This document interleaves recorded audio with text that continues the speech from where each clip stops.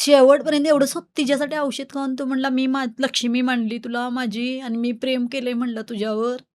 तुझ्यासाठी मी माझ्या आई-बाबांचा त्याग करतो. आई-बाबांचा त्याग, भावाचा त्याग केला तुझ्यासाठी. ते लिहिलं त्यानं. शेवटला फाशीवर देणाऱ्याची पण शेवटची हां, इच्छा ते मग एक बोलला तो म्हणला, "शेवटला फाशीवर जाणाऱ्याची सुद्धा इच्छा विचारतात माणसं. तुम्ही शेवट माझं ऐकलं नाहीसा." फाशीला चढताना पण माणसं म्हणतात एक काहीतरी इच्छा शेवटची. ती पण माझी ऐकली नाहीस. त्याने चिठ्ठ्या लिहून आणलेल्या त्या पण तिने बघितल्या नाहीत.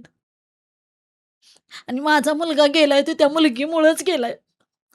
मी एक आई आहे की नाही, मनापासून तिला श्राप देतोय. खरोखर मनापासून श्राप. ती जिथं कुठं जाईल कारण तिचं कधी भलं होणार नाही. तिच्या भावाचं पण भलं होणार नाही. आणि तिचा मग काका की नाही एक मुंबईत राहतोय. तो मला मनशेची एक होता. तुम्ही मला आम्हाने काय म्हणजे ज्यावेळी त्यांच्या घरी गेलो आम्ही इथल्या मुंबईची मीटिंग करायला गेलो त्यावेळी तिच्या मामाच्या आहेत का मावशी आहे इथं म्हणाला, "मला काय समजतंय माझं मनशेचा मी या माझी ओळख मोठी आहे, हे आहे," असं सांगायला लागलेला आम्हाला. मनशेची ओरडून भीती म्हणजे घालत होता. मोठ्या आवाजात बोलत होता आणि मोठ्या दादाला आवाजात बोलत बोलून होत आम्हाला नव्हता. भीती घालायला लागलेलीत.